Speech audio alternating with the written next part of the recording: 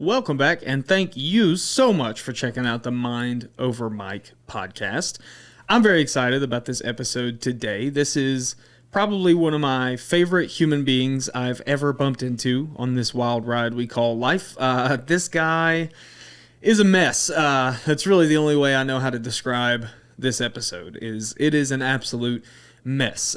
Just for a little context on this episode, we recorded this at the wee hours of the morning on a very short notice when I should have been asleep.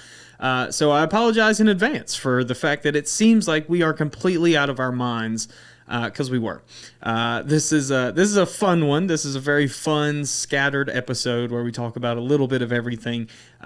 Casey, truly though, is one of my favorite people I've ever bumped into from doing comedy. He's a hilarious comedian, and he is producing his first show coming up in Tellico Plains, Tennessee. So we talk about that in the episode. We talk about everything. We talk about country music from the 70s all the way up to just absolute nonsense about our daily lives. This episode's a mess, folks. So this is a fun ride. I appreciate you giving us a chance and strapping in for this one. I promise it's worth your watch. It's a lot of fun, a lot of laughs. Casey is awesome. So before we jump into the episode, I'm going to plug a couple of quick dates. This Saturday, September the 27th, I've got a Don't Tell Tri-City show. That's in downtown Johnson City.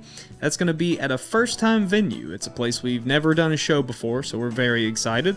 And we've got a pretty fantastic lineup ready to bring the laughs for this one. This is a big show as well. We'll have 70 seats available, so hopefully by the time you're watching this, we are all sold out. But if you want to grab tickets, if we still have them, you can go to don'ttellcomedy.com for those tickets. And that is on Saturday, the 27th of September. We got that show on the 4th of October. That is a Saturday as well. I'm going to be down in Gatlinburg doing the Travis Stevenson and Friends show, and that is on the 4th of October. On the 9th of October, I'm doing a comedy deception show, so that's a little different than a traditional stand-up show, but that's a lot of fun. Going back down in Knoxville on Thursday the 9th to do that show. So that one's going to be fun as well. And then on the 11th of October, I've got a brand new headliner coming all the way from Atlanta to do our Don't Tell Tri-Cities show on the 11th of October. That's a Saturday as well. On the 17th of October, I'm doing a fun little show at a dog park with my good friend Travis Stevenson. That is at Off Leash Social in Johnson City, and that's going to be a real fun show, so come and check that one out. I'll have some more dates coming real soon, but for now, let's go ahead and jump into this episode with my good friend, Mr. Casey Shearer.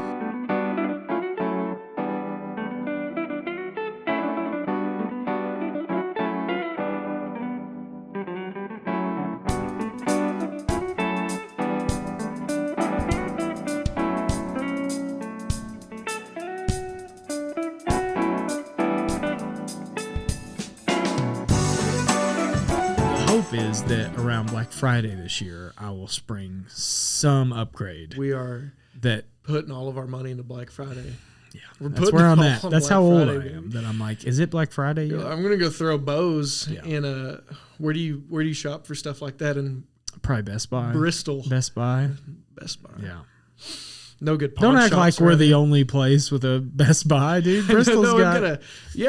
the nearest Best Buy to me is like 2 towns over. So well, quit bragging about it. We got Stop flexing, dude. You got to go way out of town to get to a good pawn shop. Sure. Yeah. Is there such a thing as a good pawn shop? Does that exist? Pawn shops are kind of expensive now. Maybe the gold and silver pawn in Vegas? There's some in Maryville. That's bullshit. You ever been there? No, I've never been to Vegas. We went. I've never been west of Nashville. I went. Really? Not that I know. That's not true. You've been to Houston. Oh, wait. I went to Montana. You've been to Texas and Montana. And you're like, I've never been west. Well, I went to Whitefish, Montana, which is Tellico Plains of Montana. Why did you go there?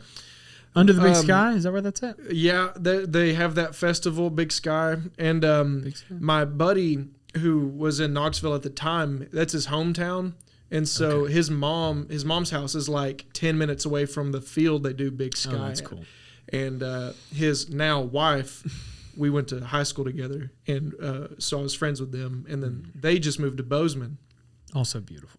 Wonderful. He is the mycology professor for the Montana Mycology. State. What is mycology? Mushrooms. Is that so? Yeah. Is that? I don't know that that's right. Mycology. Yeah, he's a mycologist. Okay. All right. M-Y-cology. I don't know. He studies like a mushroom, and I was like, what does it do? Because mycelium, so that's right. Yeah. Yeah. I was like, what is special about that mushroom? But he was like, we don't know. It's why I'm studying it. And I was like, God, touche. You got me there, buddy. Touche. Man, you keep at it. Yeah. Yeah. Boy, that's a comic for you. Smart people. Bozeman has a club. Do they? Last Best Comedy Club. And I'm going to email them. We'll see how it goes. They followed me on Instagram. Can you stay with your friends still? Is that an option? Yeah. Okay. I hope so. would like to go. So would you like to could, go? I would love to go. You going to email them? I would love to. You going to do a whole podcast? We're just on our phones emailing clubs. Please, what if I please, just please send them this show? If I go, look, this is what you're getting. Honestly, if I show up and the doors are unlocked, things are looking pretty good. That's true. On a day like That's true. We made it 4 minutes. I've said nothing. Less than that, really. Nobody knows what town. You're right. Yeah, hey, nobody knows who I am. Everyone will as soon as I make some calls. Give me some numbers. That's how We're trying to play nice on this one, folks. I do want camera? to preface, because that's yours over there. Yeah, I do want to say that this is a bit of an unorthodox episode of the Mind Over being Mike that it's 11 podcast. p.m. Being that not only is it 11 p.m., but that I found out we were doing this around 9 p.m. Which is when you text me after a random number called me. Not 9. And it the was text, like 8:30 maybe. The text said, "Hey bro, it's Casey." And then I got a voicemail that said, "Please answer this." I called you like I was in a car wreck. It did. It was, Yeah. It was the same urgency. Right. And we're not going to go into why the urgency was involved. You gotta pay for that kind of information. Right. That'll be on the Patreon. Yeah. However, we are doing an impromptu episode. So I was not prepared for this. Generally, I would maybe have Do you do what? some questions prepared. I got a question. Okay. What do you do to get ready for a podcast? What do you do to get ready for a podcast? It varies. Yeah. It depends on the guest. So on a show like this where I have a real weird bag of guests, it really, really varies. Like I think, was I telling you, or maybe Michael Mullen was here earlier this evening? I've recorded I'm going to be dead by the end. Did you get gassed after the first one? With you, I probably won't. If it had been the other way around, maybe. Because with you, we can just kind of screw around. Right. We've been talking for literally like 4 hours. Nonstop. Straight. Nonstop. Since you called me crying. We've not stopped. Yeah. And you know what we have yet to talk about? And we better talk about the one thing that I actually am not doing tonight, other than stand-up comedy, is working. That's right. Right. That's true. So, again, this is going to be a choppy episode. I'm just going to warn you if you're listening right now, because we're going to be all over the place. No cuts. Because really, yeah, we're about 3 hours deep into this podcast. But we just clicked record. Well, it's because we had to get all that. Right. We had to get some nastiness out. We had to be nasty little boys first. I had to confess. Yes. We had to talk the talk. Also, Lord help. It's all true, and we're correct. So let's get that. It's not hearsay. Basically, it's not rumor mill. We were laying down the law. We were exchanging information. That's right. Firsthand That's what information. it is. You know, they say like when a new group of bees comes to a new area, they swarm with the local bees and they communicate. They feed each other inspiration. They buzz around in the air. They do. They fly up and they mix in groups. I knew that they danced for sex. Well, we're also doing that after the show. Yeah, I mean, we're getting there. We're just now exchanging the information. Right. Right now, we're in the swarm. They buzz around each other, and then they record a podcast. They literally just tell each other what's up. What's your view count? Not great. I'll admit, I just highest or like per episode or total. What's your average? Do you have subscriptions? No subscriptions. I think average is probably I don't know. There's a couple weighing me down. I think I put my phone on the floor on purpose so I wouldn't be tempted to grab it. I'll subscribe. Man. Okay, that's good. I would subscribe to this podcast. No, I probably have like maybe a dozen subscribers or something like that. Views, I know Pruitt's at the time of recording this, it changes all the time. Pruitt's, for whatever reason, really jumped this weekend. He's only been out engagement, or is that like Pruitt's views? Just views on YouTube. YouTube, like clips or the episode, the full episode. How? Like, I mean, like Pruitt's a wonderful guy. I mean, I love Pruitt. Well, no, he doesn't have a lot of social following or anything like that. And what's weird is like Travis does. Yeah. And Trav shared it, and his didn't fare as well. So I honestly, it's all fucking It is weird. wizardry to me. I don't know. Well, Pruitt does have a lot of people who love him. Yeah. And especially comedian. I assume, and I don't know this, I assume that comedians in other scenes would see it and go, "Oh, John Pruitt," and they would watch it for him. Right. Yeah. As opposed to like they have no familiarity with the show. Right. So he nobody does. But he his episode came out and was pretty average for the first few days. It's usually like about 12 views a day. And then over the weekend it jumped, and I think last time I looked, it was already the second Can most you see views. retention like per view? You can. Do you know what? Is it pretty good?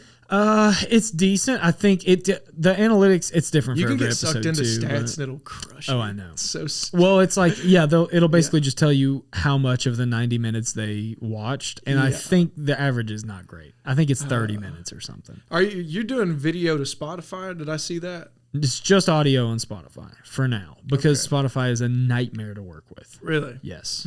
Yeah.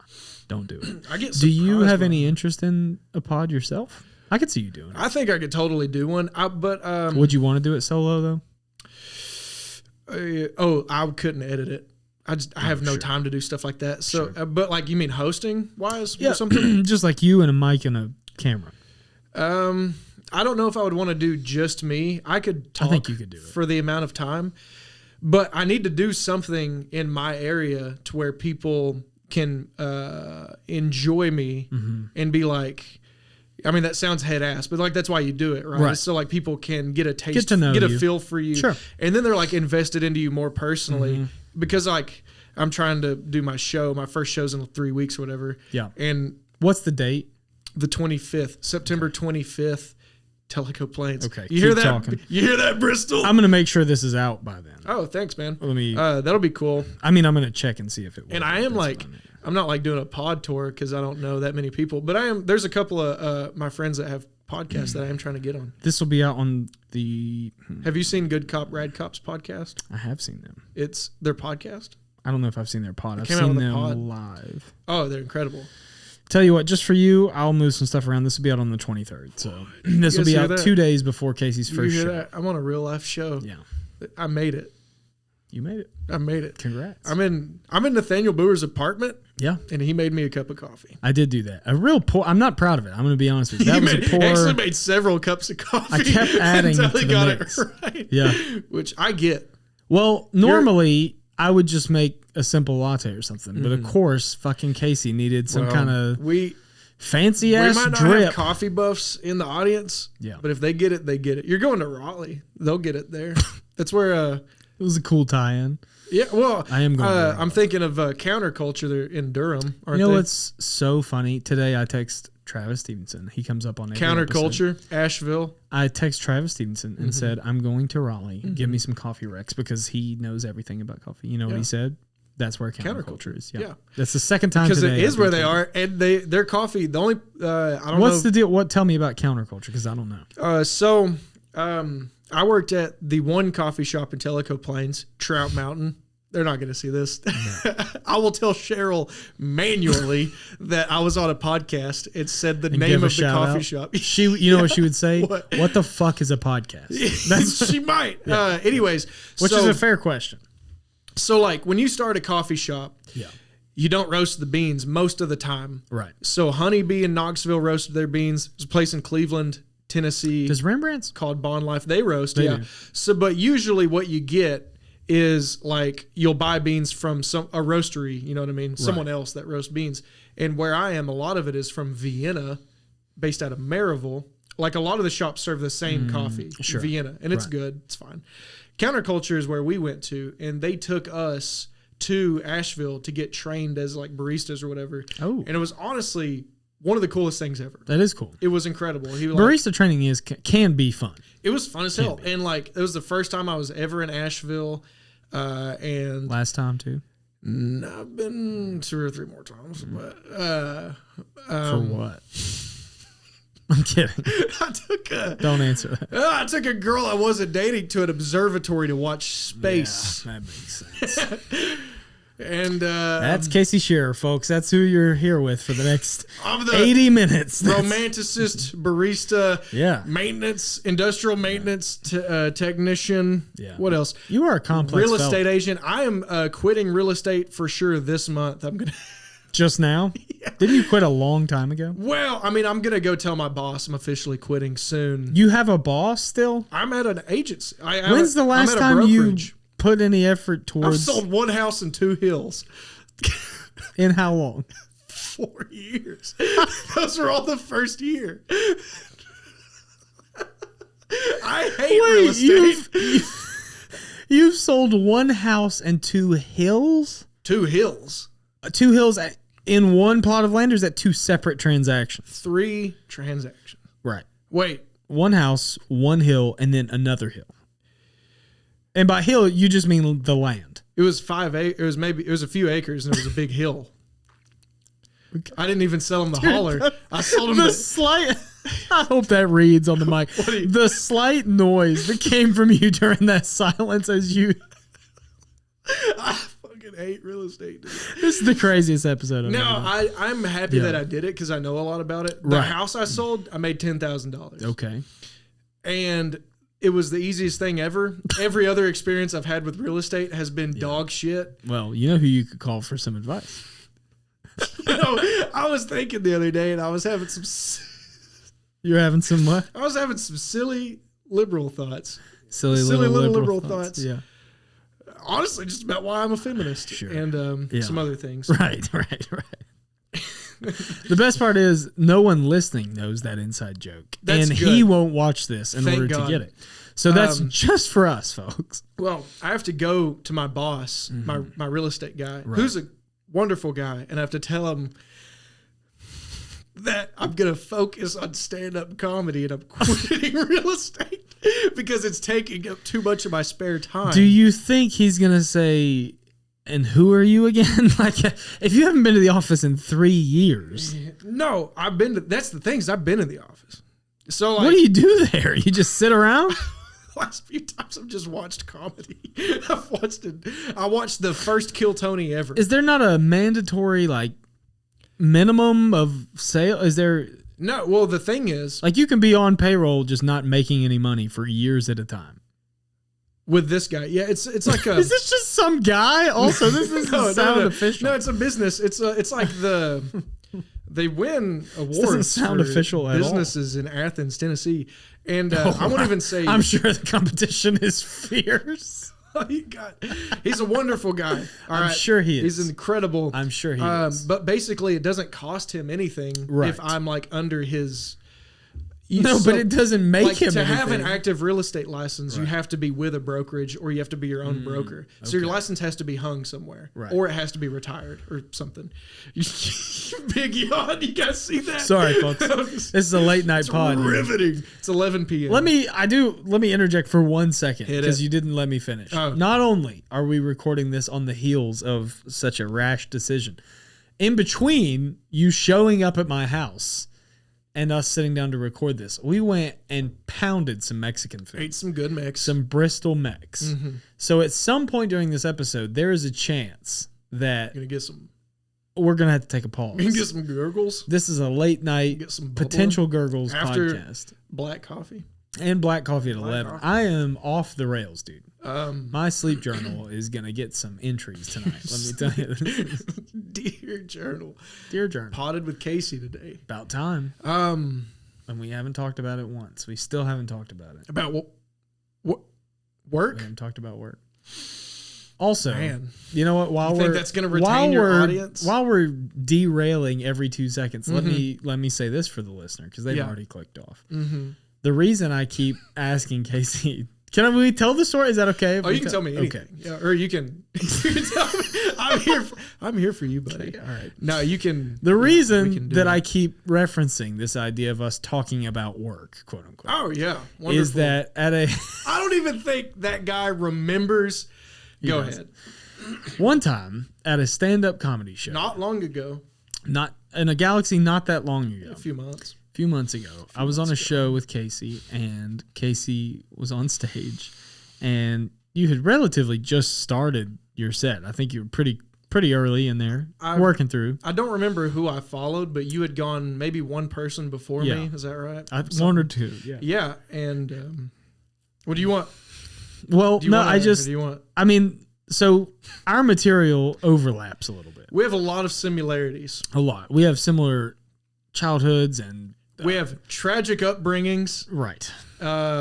Which we largely romanticize for our own benefit. We have loved and lost. We've laughed. I don't know why you said that very Trumpish, but we loved and lost. We've had a lot of love. Big, beautiful loss. We've had some wonderfully tragic experiences that are similar. Correct.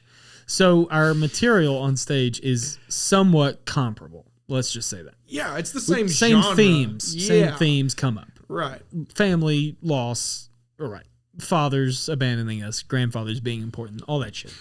So you go on stage and you say something to the effect of like, you had just started your set. That's right. And because the first words you said were something like, give it up for Nathaniel. We have a lot of the same material. So basically, I'm probably going to talk about the same sad stuff. Yeah. And sorry. All I wanted to do was make that a little light joke of its own. Right. I didn't expect it to get, there was, first of all, you're piggybacking off of my set. 7 people in the crowd. Right. Not a huge turn. Okay. On a Wednesday. Yeah, and 2 of them were booking for a comedy sex dungeon. Right, so they're not even real people. I'm going to have to cut out half of this episode. I didn't say who it was. That's man. True. I don't know. He's right, though. He's telling the truth. They Unfortunately, didn't try to recruit me. Yeah, they did leave you out. They talked to me. Yeah. They talked to me. I've just got that look about me. I've got a real sex dungeon look. Yeah, they really. So, God, let me tell the story. Right, so Casey says, we have a lot of the same material, sorry. And then he starts trying to do jokes. And a drunken crowd member, who I'm told is a regular crowd Extreme member. regular. I've talked to him since then. I don't think he remembers doing it. I don't think so either. He was rather hammered. And this crowd member, I guess, took it upon himself to fix Casey's issues. He was giving me some advice. He was addressing your concerns. He noticed I had a problem, and in his heart of hearts, he had a solution. Right. So because Casey was worried about the overlap and not having something to talk about, this guy began to shout, "Talk about work! Talk about work! Let's talk about work!" He did a lot of that. And Casey was like, "What?" from stage. And this guy was like, just talk about work. There's a lot of talk about work. So, but I made a joke about work. You know what I mean? I was like, I made like a quick joke about work that got a laugh. Yeah. And then I thought that he would be satiated. Well, you said something like, you want me to talk about all the boring white men I work with at my garage job or whatever. Right. Like at my blue collar job. My factory. Right. Which is funny and got a little pop from everyone else. The problem was that did not satisfy this man. He didn't stop. He wanted more work. I also, in between that joke, I was doing my set. Right. As he continued to shout. And I was trying to do it over him. Right. And then at some point I was like, that's crazy. I'm up here with a microphone doing like my jokes that he's heard before. He's seen so many shows. And he just couldn't stop. He was too drunk. He couldn't stop himself. Couldn't stop. He got ejected. It was my first ejection. He did. The producer of that particular show went over and asked him if he could be quiet. And then, of course, he responded at full volume and was then asked to leave. And then cut to masterfully. Masterfully. I finished my set to near silence. Masterfully. And at one point, the only person laughing was Nathaniel. In the back of the room. I was fucking howling. And I wasn't laughing. No, you had your phone. You had your phone up getting a boomerang. Oh, that's right. And I was like, yes, Nathaniel, please get this on camera. I would love nothing more than this moment to be recorded and posted publicly. That's right. I was capturing it for the Instagram story where I tagged you and said, at Casey Bean, talking about work. Talking about work. Okay. And since then, that was, as you said, months ago. A few months ago.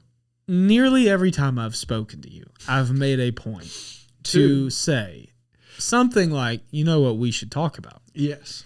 So when attempting to book you for this podcast, I said we would do it on one condition. Only one condition. Which is, of course, that you talk about work. work. And we bring it I up. have said it enough even with you not in the conversation, to where my girlfriend is going to roll her eyes even hearing this. She doesn't listen, thank God. But if she were to, she would be disheartened to know that I've once again brought up the fact that you just really need to be talking about work. But it works. Talking about work. Here's the problem. It works so well all the time. If you're having a bad set, I can go, you know what you should have done? You should have done more of it. Right. I should have pulled the parachute. Should have talked about work. If you work. had a great set, I'll go, that's really good. But you know, one little thing that was missing from the set. Detail.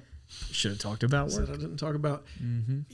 I do have some work jokes now. Honestly, I took his advice, and they're not bad. When they hit, they hit. He helped. Sometimes he did help. Sometimes I'll be talking about work on stage, and I can really get the vibe that I'm in a room full of office people. Yeah, and I'm like, you guys have no idea. The office people don't get the factory job jokes? No, it's about a guy getting his arm ripped off in an auger. Oh, I could see people missing the fun. Some people don't know what an auger is, and that's not their fault. That's correct. I love that you think that joke doesn't land because people don't know the equipment. Or could it be that you're talking about a man's arm? It's a good joke. It's because they sit at a computer. You guys know what an auger is? This is not a. There's no audience. They're listening. My audience is going to show up. Okay, I hope so. I mean, let's see if your numbers top prove it. That's my challenge. I didn't say that. I said my audience. No, he's talking big game. I didn't say it was going to be an improvement. Your audience is just one guy. My audience is. It's the talk about work guy. Maybe the talk about work guy. Yeah. We might have a Tinder match in there somewhere. Sure. Oh wow! Now you're really flexing. I don't want to. Now let me ask you this: when this episode comes out. Is this the kind of thing on the 23rd of September? Is this the kind of thing that you would send to a gal and go, check this out? And be honest. Like as a flirt? Oh, hell no. You wouldn't. Here's my challenge to you. If any females hear about this, you gotta, I don't know, gotta keep it under wraps. Good news. They won't. Yeah, they won't. They won't. Yeah. The YouTube analytics says it's a sausage party. That's literally what it says. Oh, what is it? 10 to 1? It doesn't say. It doesn't say? No, that's not very PC to ask your viewership's gender. I don't think YouTube. Instagram tells you.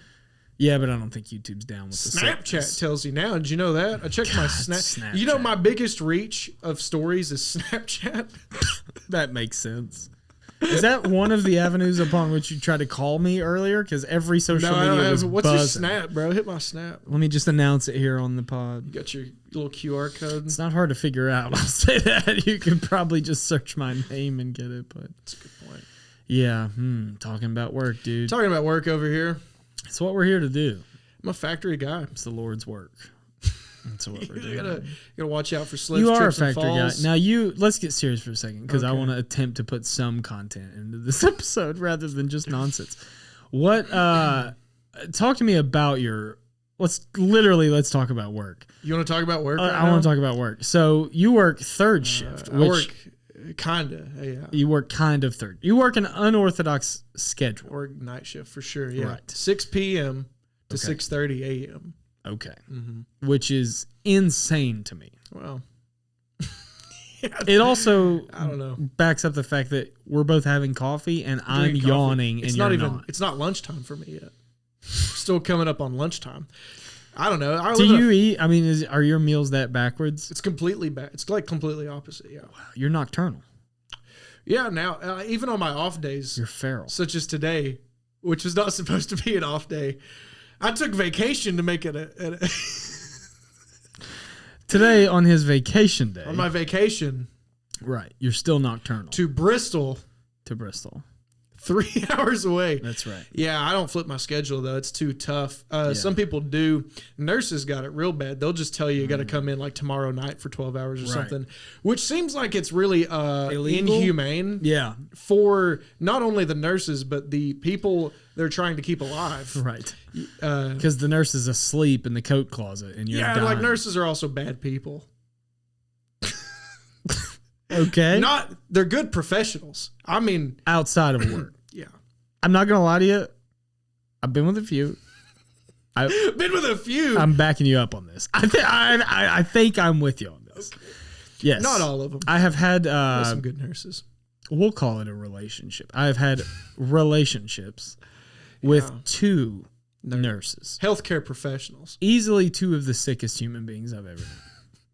I'll back you up on that. Factory people are also not good people. Sure. Yeah. Also, every job ever, whoever's working there is a bad we're all just bad people, maybe. Yeah, I think if you work third shift at a factory, you deserve it. You did something in your past. Karmically, you just did something to Why deserve is this the platform you choose to make the craziest claims and just burn that guy that got his show? arm ripped off? We know. He had it coming. I don't know.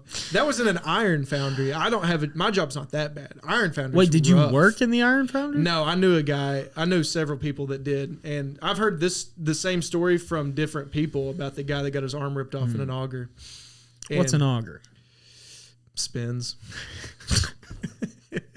It's like a drill. I've ever told you what a great podcast guest you are. It's like a huge drill, like a massive drill, and it moves stuff. Yeah.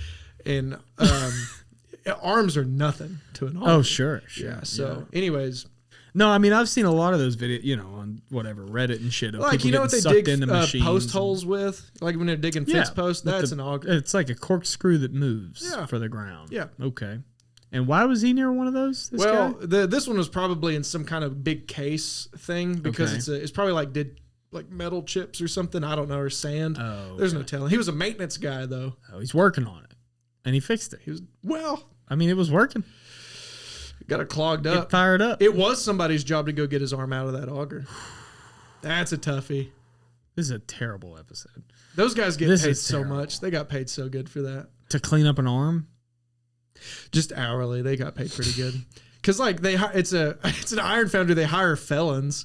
Like if you have a choice, do I want to go work in this iron foundry or do I want to work somewhere else? Right. Can I get hired anywhere else? I'm a felon. Yeah, it's like that or the Waffle House. Sure. Oh, they're hiring felons. Yeah. There's a cook at the local Waffle House that sometimes Mr. John Pruitt and I would go out there after shows. Mm-hmm. And there's a particular cook who reminds me quite a bit of my father in a sense of he's middle-aged with no hope. Yeah. And the first night I met him, we were out there, and I said to Pruitt, Pruitt, I'm telling you right now, that guy can play Nutshell on the guitar. That's the first, I swear on you can ask him about that. Yeah. First vibe I got, I said, that's the kind of guy who can play Nutshell on a guitar. After the meal, we're the only ones in this Waffle House. Yeah. Me, Pruitt, and this nice gentleman who made us eggs. Mm-hmm. After the meal, we go outside. We're standing by my car. Pruitt's smoking, and we're chatting. We see this nice gentleman exit the building, carrying in his left hand a steel Waffle House chair, in his right hand a guitar. No. He sets the chair right beside the front door of the Waffle House. I swear to God. Sits down. This is a plant. And he starts to strum Nutshell by Alice in Chains. I'm not it's the only song you need to know. Pruitt and I laughed. We brought it up. I think on maybe his episode we brought it. It's that's hilarious. Fucking funny. Yeah. I called it when we walked in the door. I said, this guy plays some Nutshell. Sometimes when you're hot, you're hot. You know what That's true, and he knew it too. Let me tell you, he knew it. He was just waiting on some women to come into that Waffle House. He was going to clean up. Yeah, he chases misprinted lines for sure. Yeah, and yet he finds, And yet he finds. Right. You know what I mean? Yeah, I do. Great album. Great song. Let's talk about work first of all, but let's talk about music because we were talking about music we talked about music so long we almost didn't do a podcast. Yeah, at one point I think I said, why don't we go hit record and continue this conversation? Keep talking. Right. Well, we were talking about music because we were looking through my record collection trying to pick a record for the wall for you. Which was a big decision. It proved to be very difficult. It was not easy. No. And I appreciate that about you because most guests are like, I don't know, I don't care. Who gives a shit? Freaking lame. Whatever you want, right? Your guests are lame. So you landed on every guest on this podcast is lame. You really came with a vengeance. I'm just kidding. I have to. So that's actually Casey had a rough evening. That's honestly my third episode in a row where I came on a podcast that you're doing. I've just for no reason attacked the character. That is true. You are kind of like podcast. A cannonball guest where you just splash and ruin everybody's good time. Nah, I like it. Do you? Well, I mean, the podcast. You haven't listened. the 10 minutes of the Pruitt podcast that I listened to. You're lying. I was like, I like those guys. I'm not even sure. You literally saw the thumbnail and went, I love that show. You didn't even click play, you liar. Honestly, it's the same thing I do at open mics. I've not heard a single set. You listen for one thing to comment on? You You go, hey, that dog joke was great. One time from the stage, somebody was like, hey, Casey, can you guys quit talking back there? I'm trying to do jokes. I was like, me too. You know what I mean? That happened to me and you one time. Remember, Oh. we got in trouble Did we get in trouble? at a show for being a little rowdy in the back. Yeah. Now, to be fair, the person on stage was bombing. Wait a minute. And so it was very quiet Yeah. in the room. That does happen. But you and I get shushed a lot. We have fun. I get shut down a lot. Well, you don't have great back of the room etiquette. Because I talk loud. I say we got shushed. It was actually Casey that got shushed. I just happened to be who he was talking to. Sometimes you'll hear somebody setting up a joke, and then you'll hear me laugh really hard. On their recording, it's just you laughing at the wrong moment. Yeah. Yeah, that's right. Well, anyways. Well, we'll talk about work too and music. But Talk about music. real quick, can you tell me, we're going to omit the name, and we probably don't have to, but let's just You're omit going to the bleep name. it? You want me to say the name? No. Oh. I want you, can you please tell me the story of the open mic where you said what you said? You know what I'm referring to. Oh. With this gentleman that we just- know. I mean, Give me the whole, because we can say we're friends. I know, Yeah, but I don't know him. I don't want to do that. I don't want to do that because that paints him in a bad light. So let's leave his name. Old J-Dog. Okay, close enough. Give me the story here. Paint the picture for me. What's the scene? Imagine a man who looks like No, not mid-90s Ron White, not him. but smaller. Not him. Oh, all right. My bad. Take that back. I don't mean that at all. I'm making The fun of the scene. wrong guy. Of the what? Describe to me the When I got setting shushed? of the Dude, I got to start listening to you right now. I know what's much. going on. I don't know. Okay, there was a time at an open mic when there were not a lot of people there, Yes. and it was all. You have no idea what I'm talking about. And you've told me this story. It's my favorite story. Nice. No, yes. Oh, yeah, that's what I was talking about. Okay, but Yeah. not. Don't describe him. The point is to leave him anonymous. Oh, well, it looks like. No. All right. Anyways. Set the scene here. Okay, so we're in and imagine.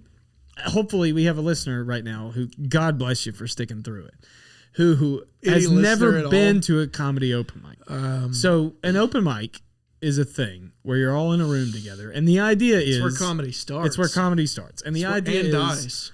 we'll go Hopefully. up and we'll try some stuff that we Yeah. think is funny, Mm-hmm. and there's an audience there, hopefully, that reflects a certain approval or disapproval. It's a Yes. gym for comedians. It's where you Right. go work out stuff. Yeah. Right. And the kind of people in the audience of an open mic Are comedians. are bad people. Yeah. That's honestly my take, is that everybody's a bad person, That is your including take. me. I'm a terrible person. Agreed. You are a nasty You're at an little open, you're at an open mic.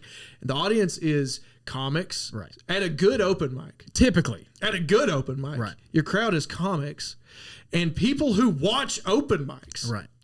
Also, And I have a said very this. particular kind of person. I've said this publicly, and I'll say it Yeah. again. Mm-hmm. If I were not a comic, I would fucking never go to an open mic. Never. Never. It's like, I'm in it for selfish reasons. we were talking. I'll get to that in a minute. But we were talking one time. Like, somebody was like, "What if like a girl came to an open mic? You know what I mean?" And she was like into it, and I was like, That's "No, a red flag. Absolutely Yeah, not. absolutely. Yeah." She's a sick person. Anyways, so we were at an open mic. And sometimes at these, the crowds are not very large. Sometimes it's 5 dudes, and you have to all make a decision on if you're even going to do the mic, Right. and you call it. Is it worth it to stand in front of 4 of my friends? 4 people who've Who heard know everything. Everything I've ever thought. They know every joke that I won't say. everything. Yeah. So, anyways, Impossible to have fun at this situation. honestly, Until at this mic, we decided Yeah. just go for it. sometimes it's so bad That you it's just good. go for it. Yeah. So the host of the mic, God bless him, God bless. he decided that he was going to do jokes, and which is already a mistake. Yeah. You shouldn't do like your own. Well, I mean, you do whatever you want. Don't do the hits to 4 of your friends who know 'em. You should say the most obscure stuff. Sure. You know what I mean? Just do anything that you Slurs, wouldn't normally. whatever you want. Try to shock people. Let it fly. Right. I don't know. Anyways, That's a joke. or just make fun of all your friends. I don't know. It's whatever you want to do. Free ball. So he was trying to do real jokes, and he said it, and it was dead silent for half a second. And we made eye contact, and I went, "Nice."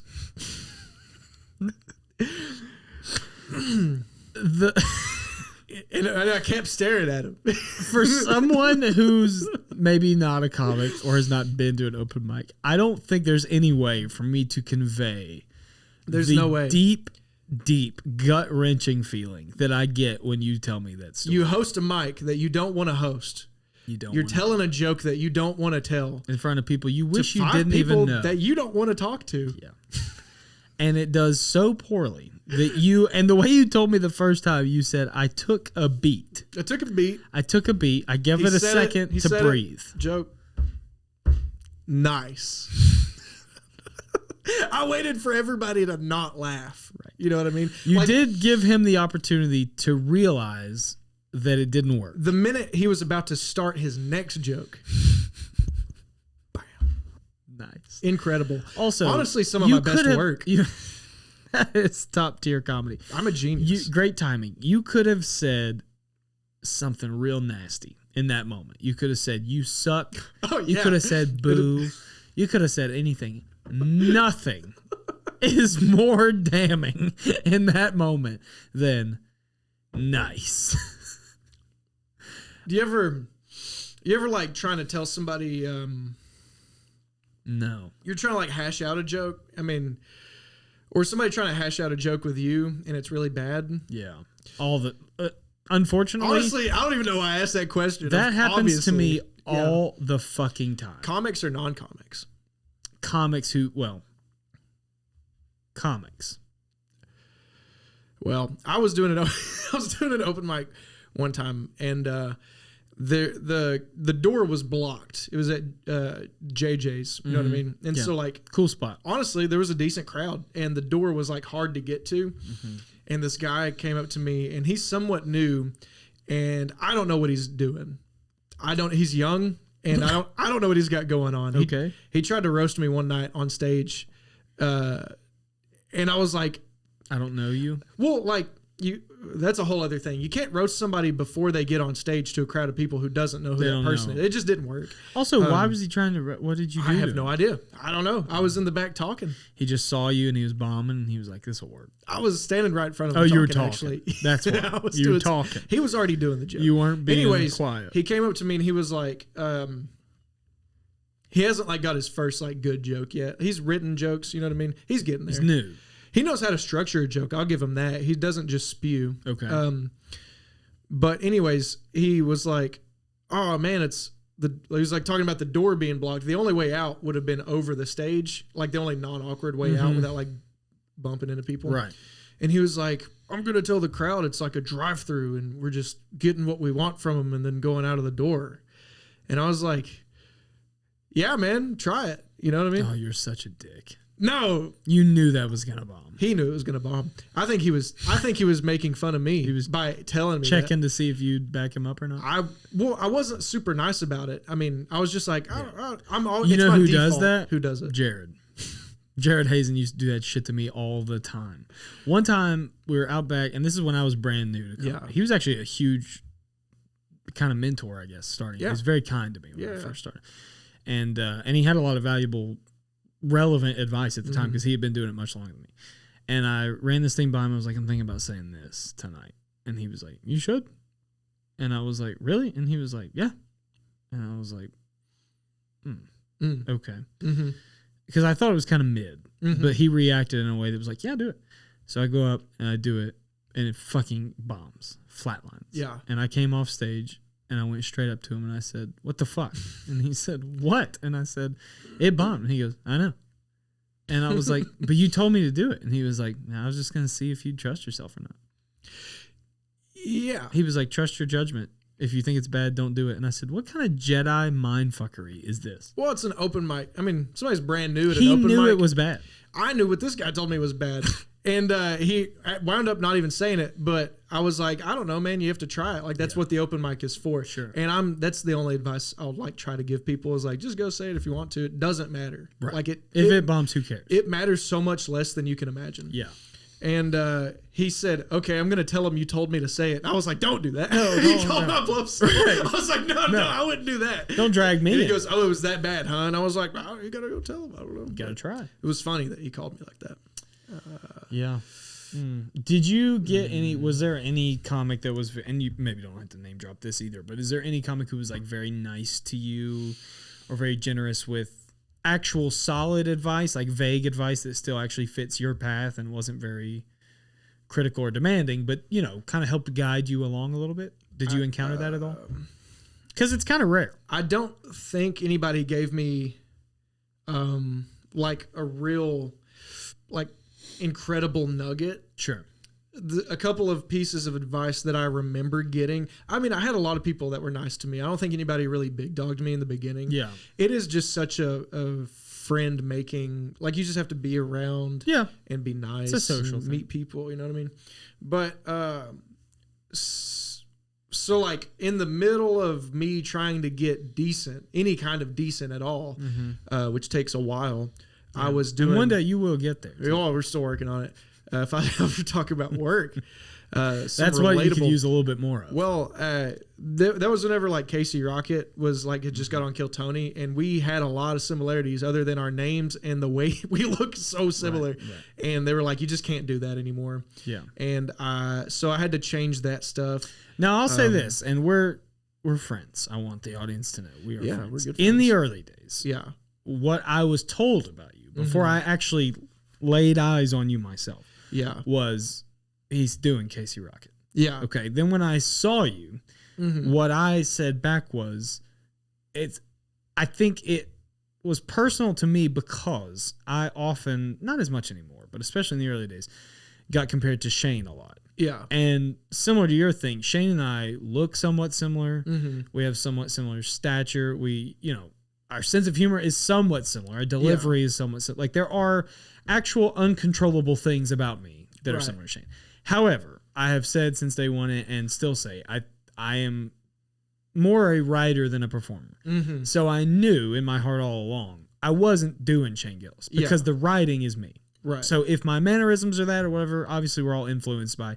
And I can think of 3 other comics that I was definitely ripping off in the first 6 months. That well, wasn't I wasn't doing him. I was doing right. This guy. I was doing Richard Pryor or whatever, saying the N-word on stage. Wow. But I don't do that much anymore. But I got that a lot. When it feels right. Well, sometimes it fits the joke. But with you, that's kind of what I remember saying. Not really necessarily in your defense, but just my take on it was, he's a little rocketish. Yeah. But it's in the real him is in there. So as soon as he gets that distance, you're going to see him more. Well, and that's exactly what happened. What it was, other than we have the same name and we look astonishingly similar, is that I didn't know who he was, but at the same time he was coming out on Kill Tony and blowing up and singing Nickelback. Like, he would come out and he'd be like, prison gates. Yeah. I was doing that with Headstrong at open mics. Yeah. I like, back off, you know what I mean?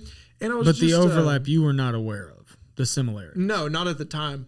And a lot of like what I was doing is not saying jokes, is just saying stuff that is funny. Right.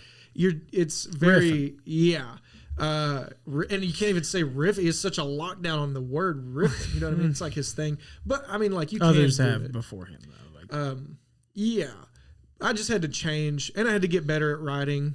Right. Obviously. Well, that's the truth of it, is that the more you have slowly become yourself, the more distance between you and him. However, you did one time show up at a roast where we were roasting each other, dressed in your work clothes. That's true. Your, what is it? A boiler suit? It's just fucking onesie, whatever you call it. It's just a Carhartt FR, actually Arc Flash rated. It's a onesie. Anyways, it's an adult onesie, and what I said was, yes, you are Casey Sprocket, which is incredible. I've maybe never been more proud of a joke. I liked it, and it flatlined. You know, Not a person left. you know, and what it is that crowd. Doesn't know who Casey Rocket is. Well, they're just not a fan of stand up.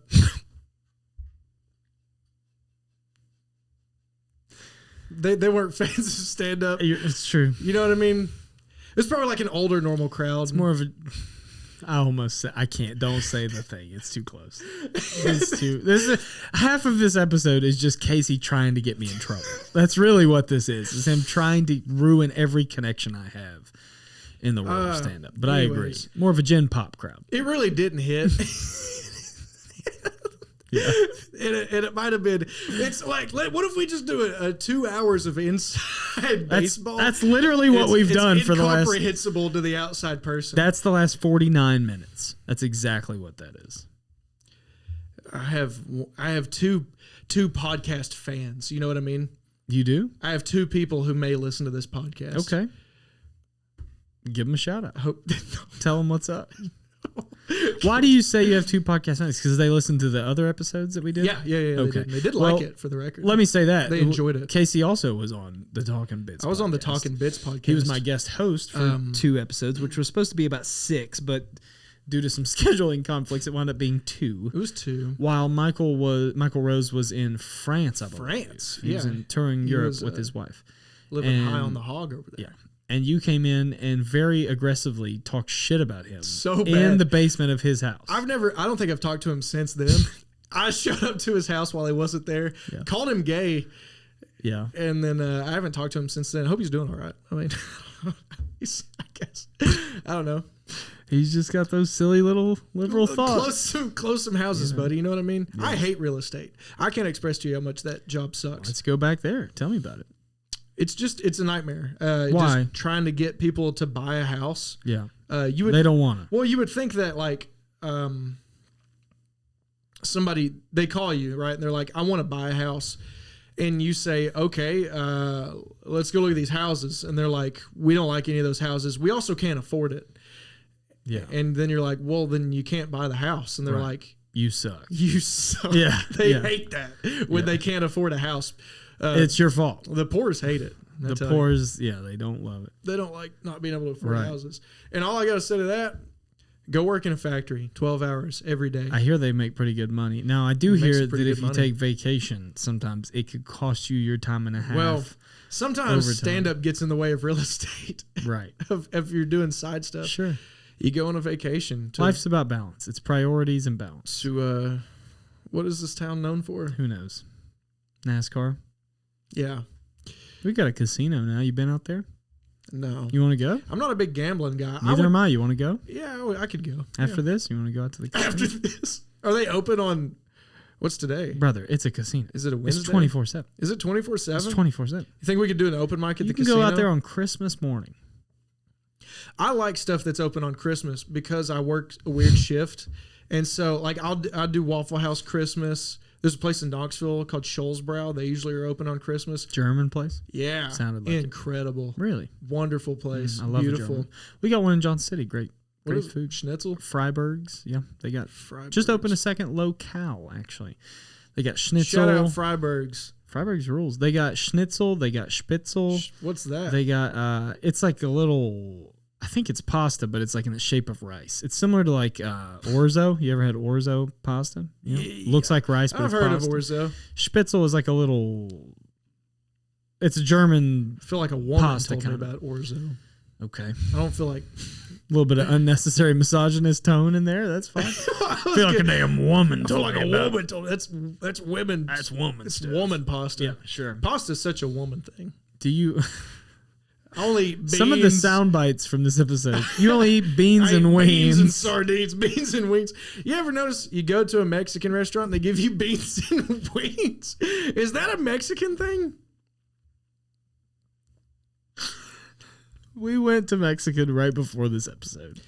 And Casey ordered... Good. First of all, this is on you, pal. Ordered a chicken. You ordered chicken breast. Chicken breast with veg. Topped with cream spinach, corn, zucchini... And then cheese.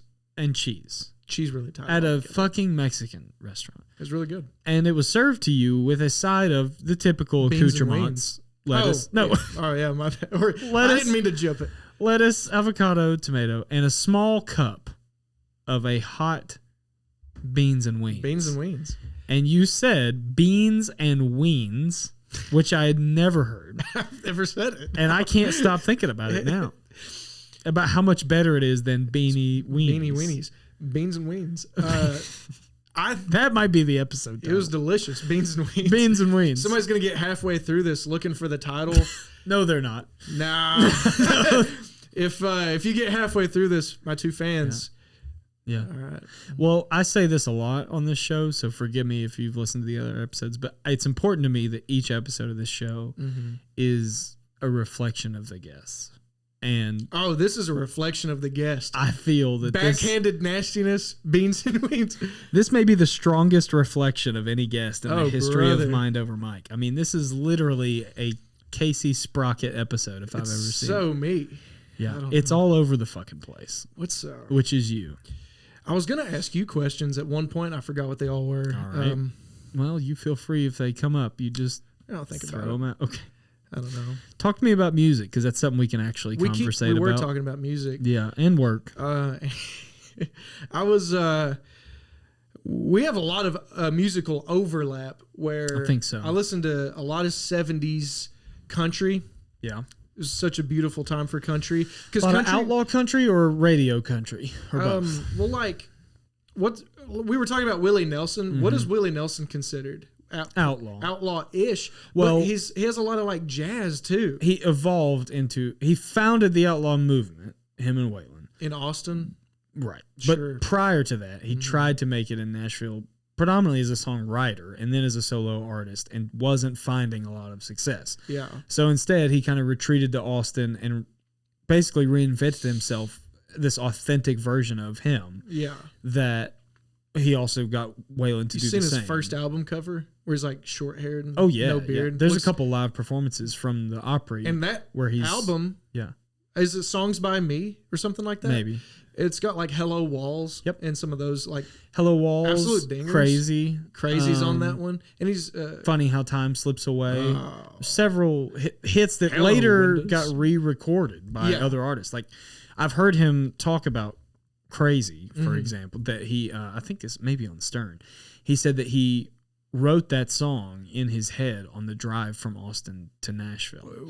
And when he got to Nashville, it was one of the first songs he pressed and put on a record. And there's a small, it's still there. There's a small little saloon on Broadway, oddly enough. It's been swallowed by the hellscape that is Broadway. Yeah. But it's called Tulips. No, Tootsie's Orchid Lounge. It's a little blue building. And Willie, the thing to do if you were a songwriter was to hang out at Tootsie's and put your music in the jukebox. And then more than likely a scout or maybe an artist would be in there and hear it. That's badass. So he had Crazy on a 45 in that jukebox. And I believe the story is Patsy Cline's husband at the time was in Tootsie's hammered. Yeah. They're both, it's the wee hours of the morning.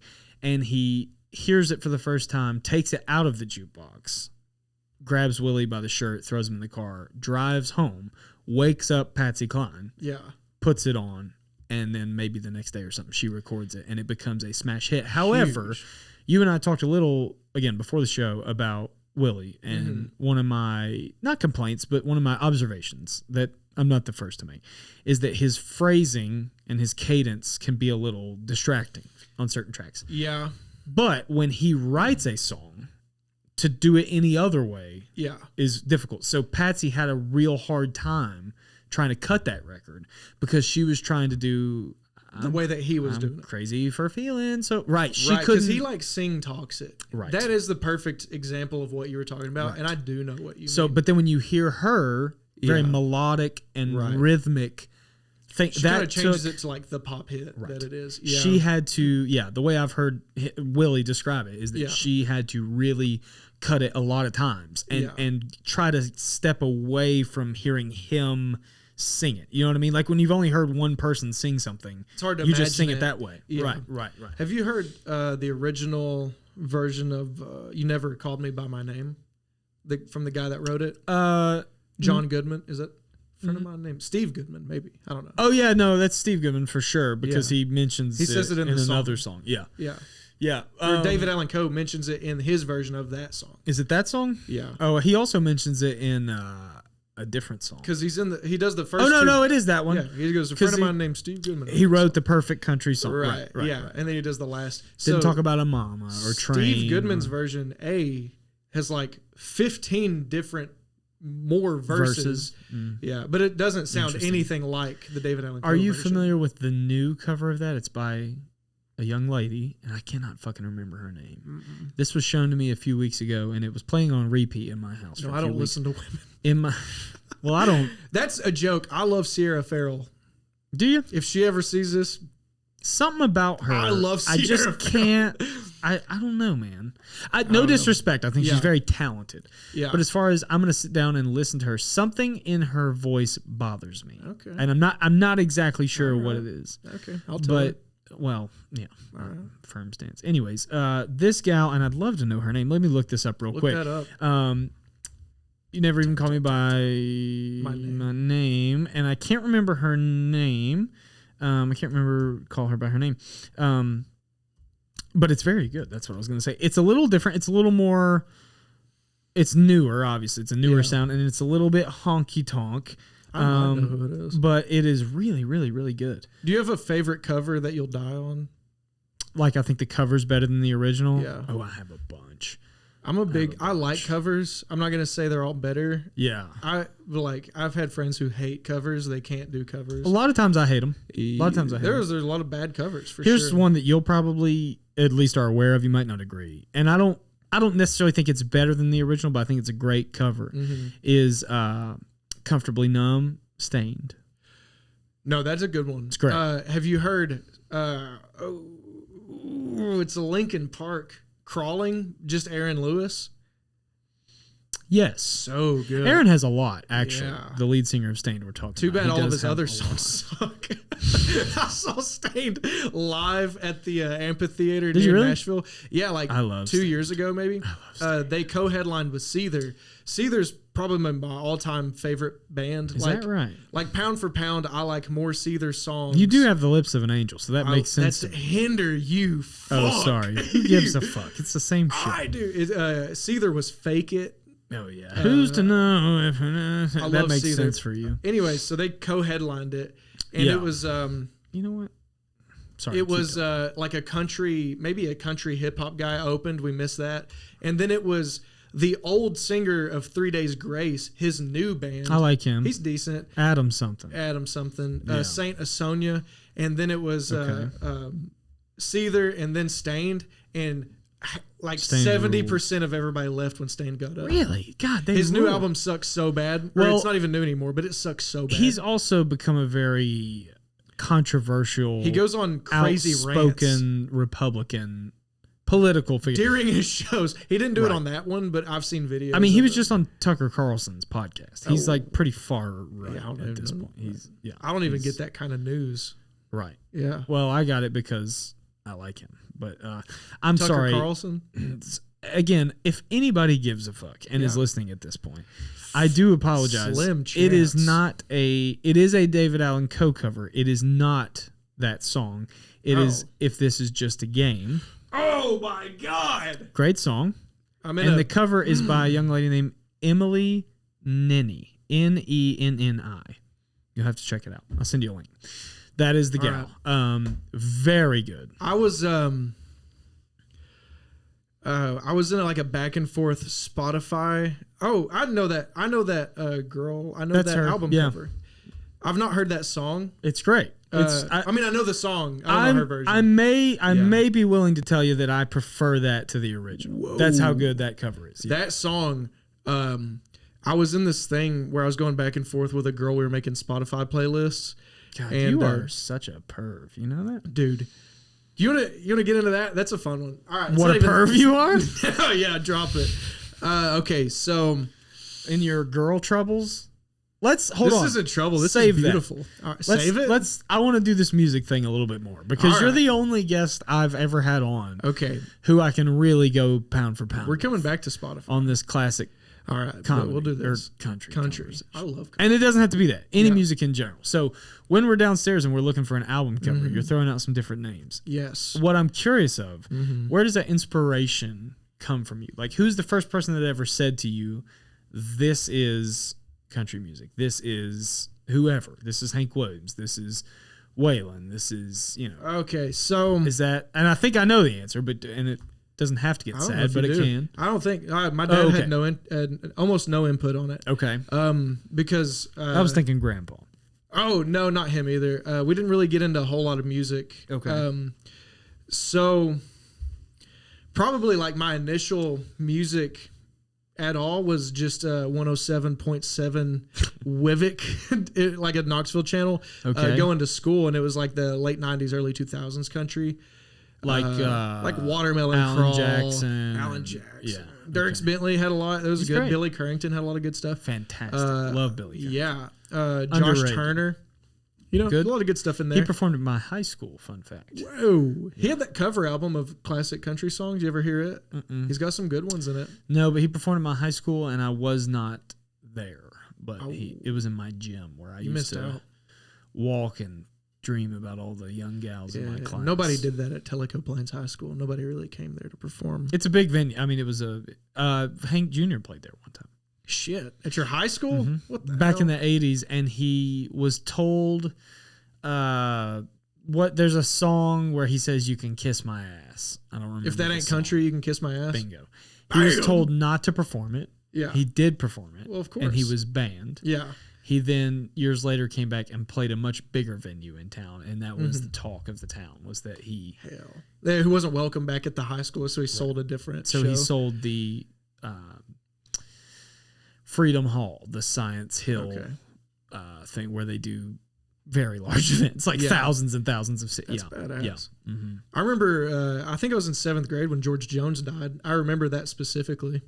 That sounds about right. I do remember that as well. Um, He's a big guy for both of my grandpas, actually, but one of them in particular, the one who's still alive, that's his number one. So I guess like early country experiences was like just pop country, which at the time was better.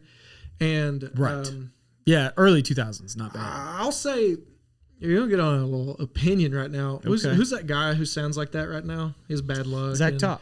Yeah, and I'm not gonna say that stuff sounds bad, but I don't think it's true to who he is. I think he's just being marketed really well. Think so? Yeah, I don't, and like I'm not even saying, and I think that about a lot of people that they were just that they are good at being stars, sure, and that they have people who are marketing them really well. I think that about Avril Lavigne. This is a crazy episode. You're really throwing them out. I have a lot of music opinions. You have a lot of opinions in general. Brother, I got opinions. You need one. They're like assholes. Everybody's got. So like Zach Top's first 2 albums were bluegrass. Right. And then he just out of nowhere is like super late 90s country sound. He was a bluegrass even as a child. There's videos of him performing at fairs and things. That dude can fucking rip on the guitar. Yeah, he's incredible. I watched him and artist. Billy Strings play Freeborn Man by Tony Rice at the Big Sky Music Festival. Yeah. And it lit me up. Oh, he rules. And that's also where I saw Sierra Farrell. Also, we should maybe say that the two things are not mutually exclusive. There's a chance that he is fantastic and the music is good, and he's also just being marketed really well. Well, I think, both of those have to. He's talented. I mean, he definitely found a niche that he could absolutely destroy, and he destroyed it. Like, why wouldn't you make all that money? Also, kudos to him or whoever's pulling the strings for recognizing the appeal. Because really, prior to him, I was not aware of anybody really trying to. I saw an article the other day because he recently headlined our local state fair or county fair, Appalachian Fair. And they paid him I'll tell you after. I know the figure. A crazy amount. I bet. Crazy. Yeah. And he headlined it. And he, like, prior to him, I'm not aware of anyone who was really being marketed in that way. But people are eating him up. Yeah. Eating him up. Yeah. And I don't know if that's sustainable. I think that album is a lot of fun. Maybe. For sure. Yeah. Does he might have something new that I've not heard yet. Anyways. I think he just released an album. So maybe. I'm not last week. Last week he did. When I started getting into classic country, I was maybe like 10, 14, like that span. My best friend was he was very steeped in it, and so we would listen to like exclusively like Merle Haggard and Hank Jr. So much Hank Jr. and a lot of classic rock at the time. And that was when I started to get into like heavier metal, like newer heavy metal, what metal is today, stuff like that. But that was so much of the country. And then I didn't listen to country for a long time. And then I went back to it on my own. And I really like dig into music on my own. Yeah, me too. I told you this morning I listened to 2 Britney Spears albums. Crazy. Because I had a relationship that ended with a woman that was 34. There it is. There it is, folks. It finally came out. And honestly, 2 good albums. No. And a great woman. Hell of a woman.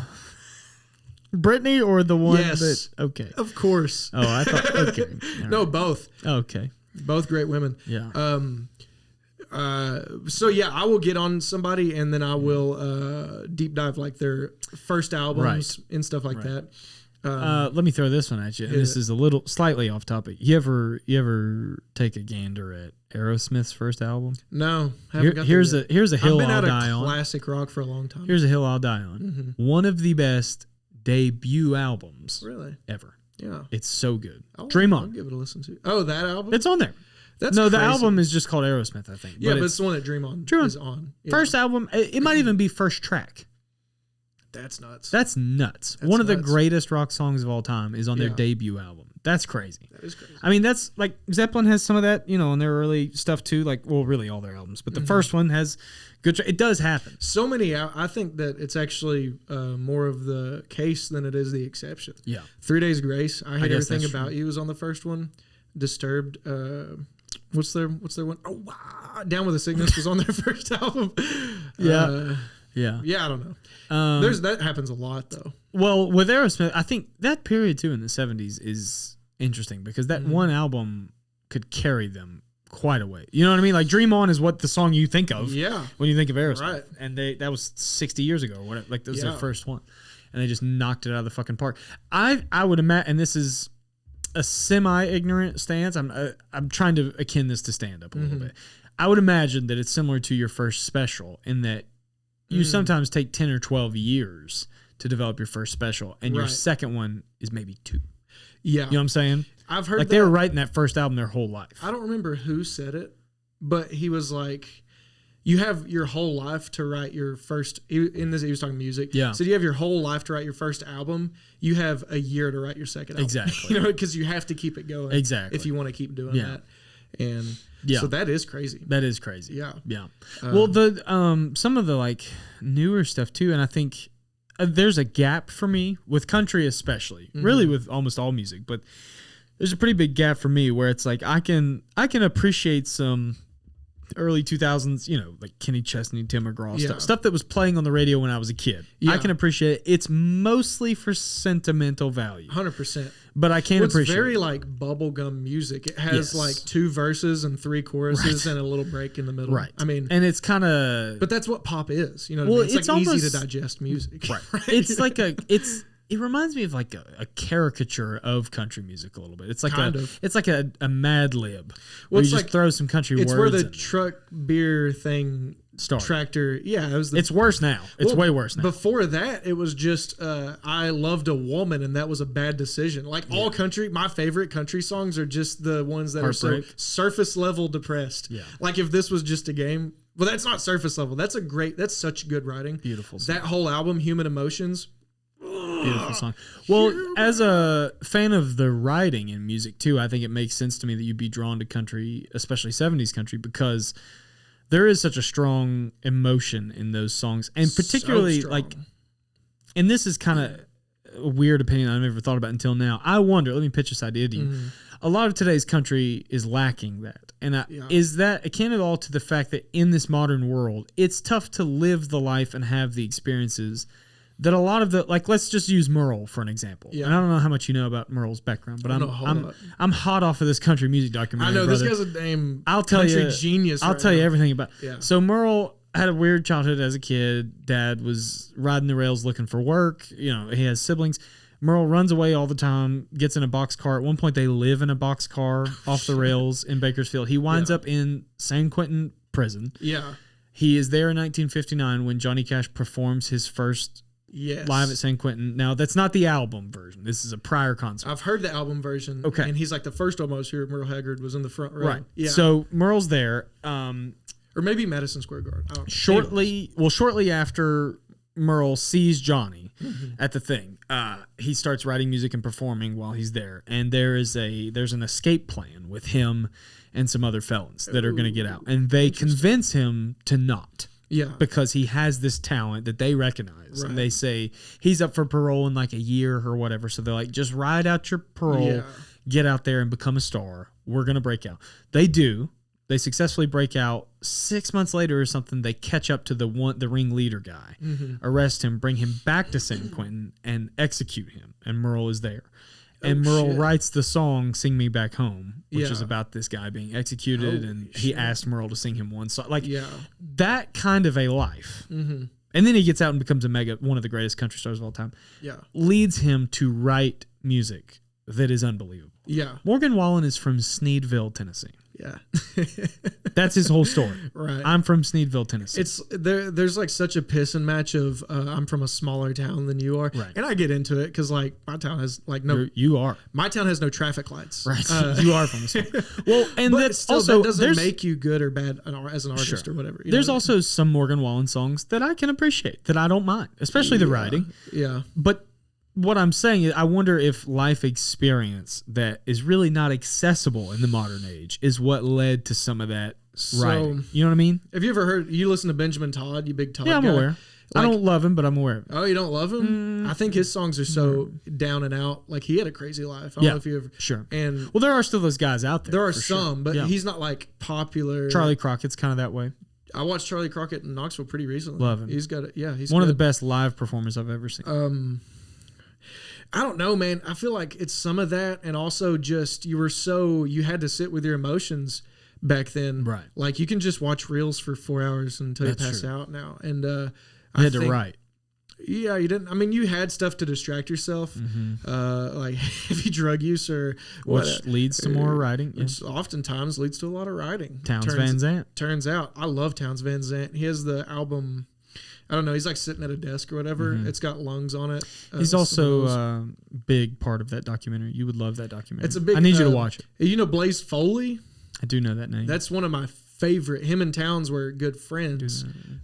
You need to look into some Blaze Foley. Probably from that documentary. Honestly. So probably the reason Blaze isn't. He wrote a song for Merle Haggard, I think, called "If I Could Only Fly." I know, yeah. So he wrote that song. And what is your favorite Merle Haggard song, Casey? Honestly, I haven't listened to a lot of Merle Haggard. Okay, I'm gonna be honest with you.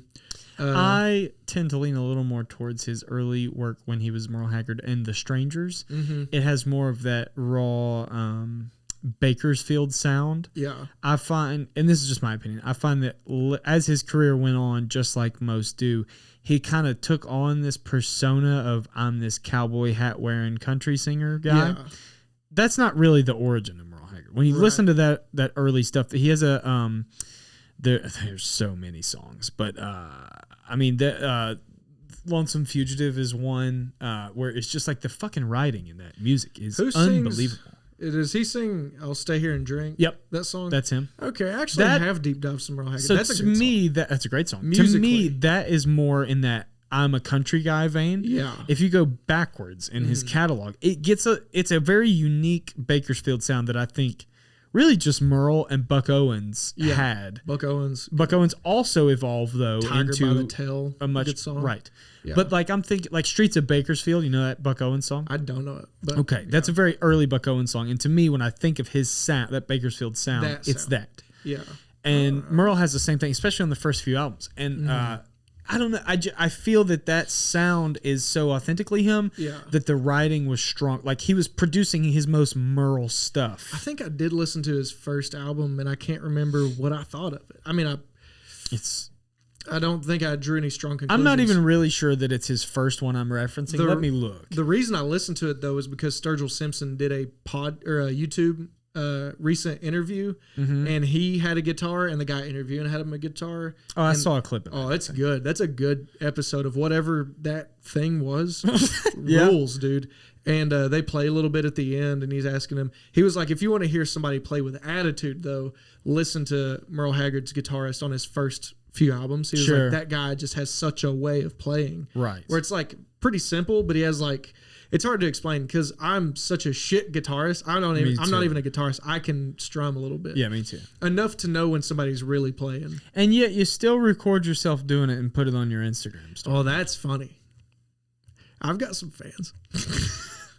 Yeah, he's sitting right across from you, and that's it. Oh, I've got some fans. You don't have fans. Oh, You have people who like to make fun of you behind your back. That's what you have. That's what you have. As long as they lie to my face. Isn't that a roast I did on you one time too? Did I say something about you posting fucking guitar videos on Instagram or something? And it didn't do as good as it should have, because that is like a lame thing to do. Nothing did as good as it should have at that roast. Yeah, this is Made in Japan's good. this is that album I'm referencing. Too Many Bridges to Cross Over. Go to the Easily, that's the song. Easily probably my favorite Merle song, actually.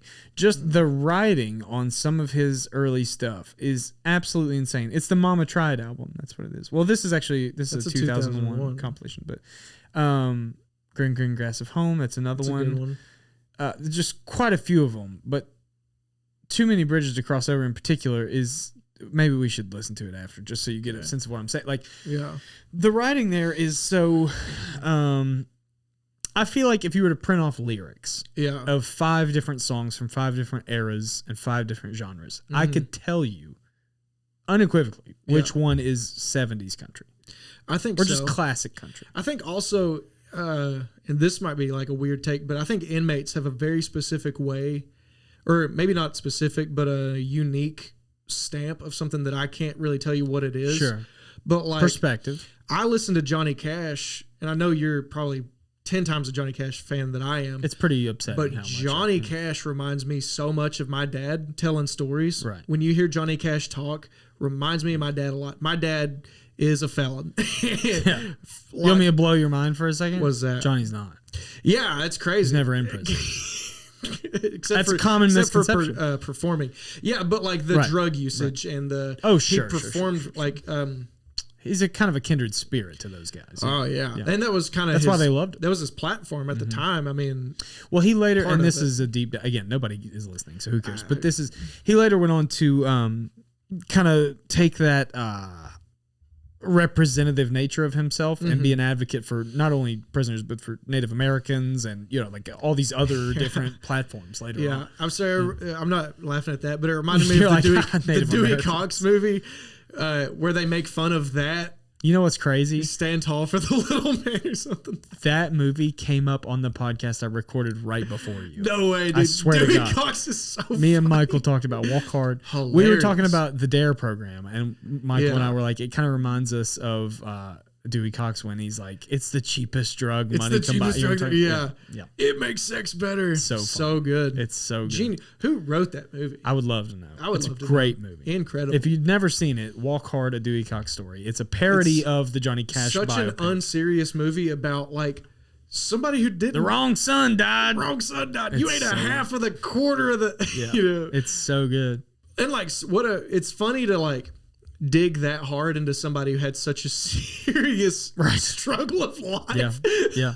I mean, I could tell you Johnny's whole story too, but to your point, there is some perspective from, and I guess the felon thing would be similar to what I was saying of like that certain life experiences, certain tragedy that's a little harder to acquire. Maybe it's just a self-awareness of being like those guys just know how down and out they are and like drug-addled and just they know that they've turned everybody in their life away from themselves. Or Johnny Cash like OD'd in a cave near Chattanooga. You know what I mean? Nickajack Cave. I do know. Like, I don't know. I think they all they're aware of that. Yeah. They're not unaware. That's kind of like part of the vulnerability of sharing it. Part of doing art is like digging into that kind of stuff and just talking about it, you know, being about it or whatever. Not being about it. You don't have to do bad things. No, you kind of do. I mean, like all of my favorite music is the artists are fucked up. Like, Yeah. rarely is a guy like, I had a great childhood, I'm gonna record the best grunge album of all time. Like, that's just not happening. That would be fun. It's not gonna happen, you know.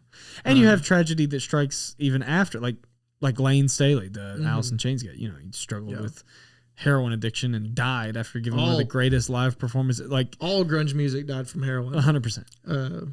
Well, you know what's weird too, to take it back to classic country for a second, is like it used to be a lot of like plane crashes and stuff. Do you know that there's like a pretty significant amount of country artists? Leonard Skinner, half of them are dead. Patsy Cline died in a helicopter accident. I didn't know that. Jim Croce died in a plane accident. I didn't know that either. Didn't Merle Haggard give up his seat on the plane? Waylon. Okay, yeah. Yeah, Waylon did on the. I may have told this story on here before too, but yeah. So there's a famous flight that they refer to as the day the music died. Yeah, because that's when that's what the American Pie song Don McLean. Yeah, right. So it's a plane and it's all of the big stars of the time at this emerging rock and roll thing that everybody thought was some wacky kooky craze. Yeah, and it had Richie Valens, the Big Bopper, Buddy Holly, and some others on board. And there was one seat that was supposed to be for Waylon Jennings, who at the time was the bass player for Buddy Holly's band. Okay, and was best friends with Buddy. Yeah, and they drew straws because it was freezing. I think it was like Minnesota or something. Freezing, and they were trying to all get on the plane so they didn't have to ride in the cold ass car. Yeah, the hours and hours to the next venue. And Waylon drew the short straw, so he had to ride in the car. And Buddy said, "I hope you freeze your ass off." And Waylon said, "I hope your plane crashes." Rough. And then it did. Yeah, that's but tough. From that tragedy, we got Waylon Jennings. You ever listen to Dillard and Clark? You know them? No, I know the Dillards. Is that the same? It's one of the guys from the Dillards. Is it Doug? Probably. I don't know. Okay. I can't remember the names, but they have Is it Roy Clark?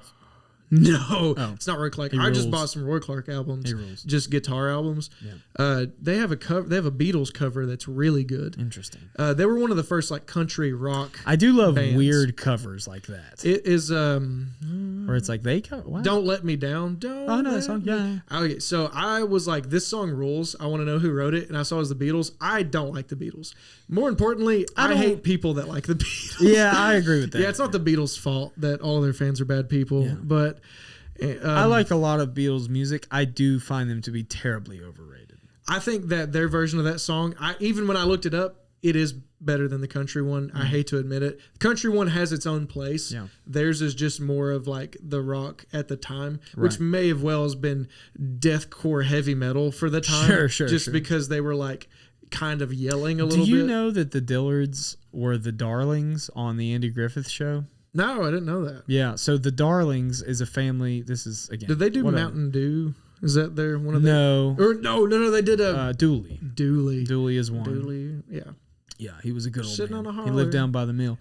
Dooley is a Dillard song. So the Dillards were a bluegrass band. Yeah. And they're a bluegrass band.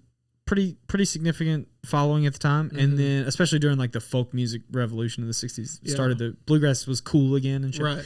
They're doing very well, and then Andy Griffith takes off and he wants it to feel as authentically Southern Appalachian as possible. Right. So he hires them to be the Darling family. And so when they would come to, you know, the episodes I'm referring to, have you seen the show? I didn't live with my grandparents. I've seen Andy Griffith. You asshole. You're missing out, first of all. Man, it's truly, and this is not just nostalgia, it's truly a fantastic show. Like, it comedy-wise, it's written so well. It holds up, and it's 70 years old. Yeah. There's a family, and there's a series of episodes. If you're watching this, he's dead. We're huge fans. He's dead. I am a huge fan. I have his album on my wall downstairs. Hell yeah. There's a family who comes to town in several episodes from the mountains. Yeah. And they ride in the back of a truck, and they're playing instruments as they're riding into town. Yeah. And it's very kitschy. It's very like stereotypical Southern whatever. But the father, his name's Briscoe Darling, is played by the man Denver Pyle, who, fun fact, who later went on to play Uncle Jesse in Dukes of Hazzard. Hell, I didn't know that. Yes, the old man with the white beard. Uncle Jesse. That's him. So, but his sons in the show and the musicians is the Dillards, bluegrass band. They have 2 albums that I have searched the fucking globe for. Casey Shearer, I can't find them. Oh man, they have one called Live Almost, and they have one called, I think it's called Old Home Place. Live Almost is a good name for an album. It's live with 3 exclamation marks, almost with 3 exclamation That's marks. funny. Yeah, I like that. pretty cool. I like I don't know how stuff was branded back then. Yeah. I just feel like it's nice. It's nice. There's one of my albums I'll probably never find. I recently became aware of it, but do you know the version of "I'll Fly Away" and "Oh Brother Where Art Thou"? I do know. Do you know about that Norman album? Blake. I own that album. It's downstairs. We could have put that on the wall. With the girls in the Oh, that's not Norman Blake. No. That's but no, it's on. I know yeah. Mm-hmm.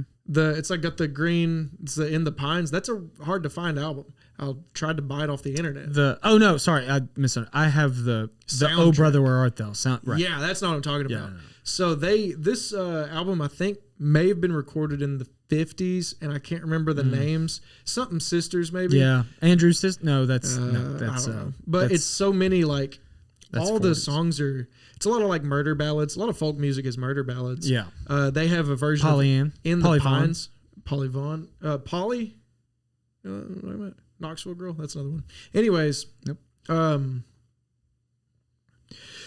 It's a brilliant album. It's incredible. Like it doesn't sound like anything else of that time I've heard. What year is it? You'd have to go to the "Oh Brother Where Art Thou" That's where I'm headed right thing. now. I can't. It might be the 50s or 60s. Maybe.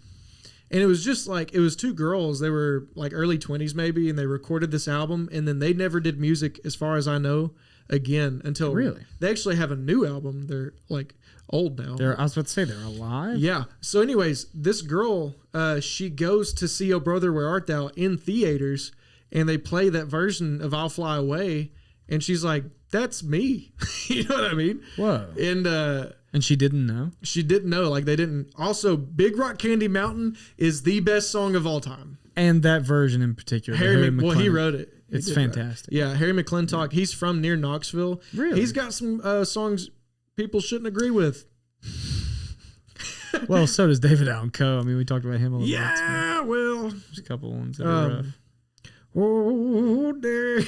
That song used to scare the shit out of me. When I was a and kid. Andrew McCaffrey were just like doing that to each other. That makes sense. There. So let me tell you another quick story about this album. So Dan Tyminski, he's the voice of yeah, he's the voice and of the George guitar. Clooney, and he is the mandolin player in Alison Krauss's band at the time. Yeah.